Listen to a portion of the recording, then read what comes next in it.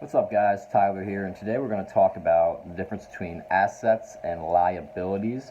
And there's book definitions to this, but I'm going to give you my personal definition of what an asset is, what a liability is, and how you can change your mind into thinking of them in a certain way to save you money in the future, alright? So if you like this video, feel free to like, subscribe, comment. If you have any questions, you could also inbox me if you want to know more about my financial views, and if you would like any personal opinions of mine. I am not a financial advisor. I just want to preface that right now.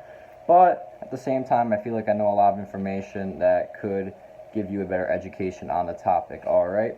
So, an asset is something that you can spend your money on that could end up making you money in the future. Now, what exactly do I mean by this? There's a lot of things that you can invest in. You can invest in stocks, bonds, CDs, which have a lower interest rate. It could also be something different and outside the box. Like an asset could be your mind.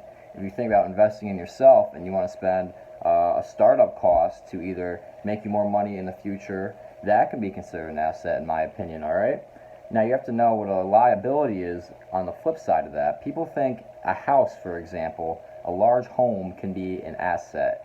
And while that could happen, you also have to consider that to be a liability. Like in my opinion, a large home is a liability because then you got more property tax, you're paying more in taxes overall, and it's just more money coming out of your pocket. It's the same idea of if you are to increase your income, but you're also increasing your expenses, you're really not getting forward in any way.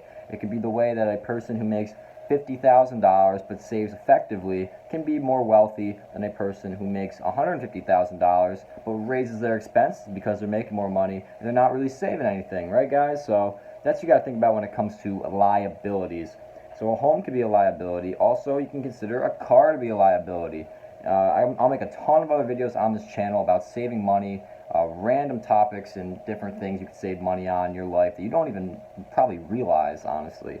For a car, as an example of a liability, you're going to have to pay for insurance, you're going to have to pay to keep getting oil changes perhaps if you don't do it yourself, gas.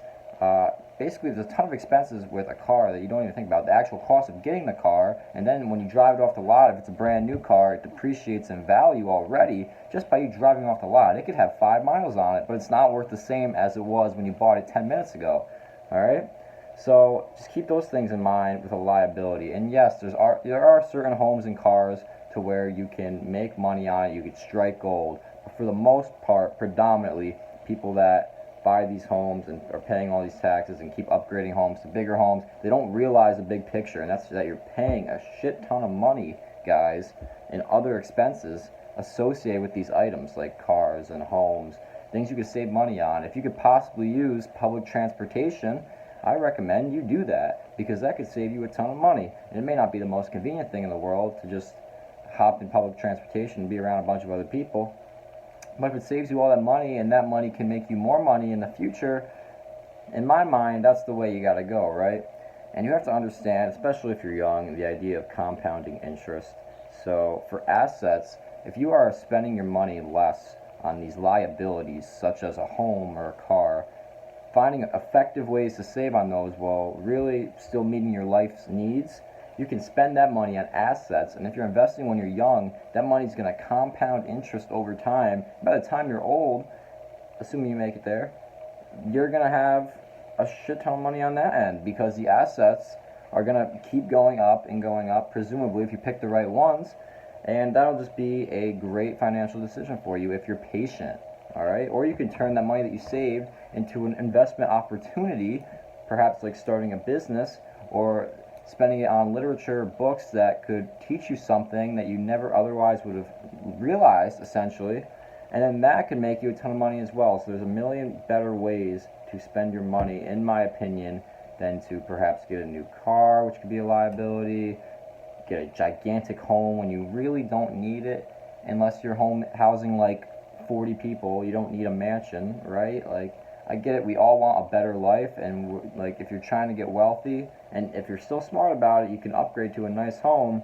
But that's the money pit that a lot of people fall into, guys, is they get this big home once they start getting raises at work, and then their expenses go up, their taxes go up, and then they're stuck because you're never really saving anything. as opposed to someone that is investing in their assets when they can, once their bills are paid, and they're smart with their money, especially at a young age, and then that money can keep growing over time so that they have a nice, healthy, and potentially early retirement. So that's just the basic idea. You want to invest in things that are going to have potential to make you a great return over time.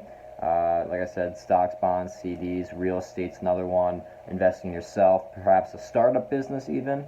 There's a million of ways, and we'll have a ton of other videos going into detail on this.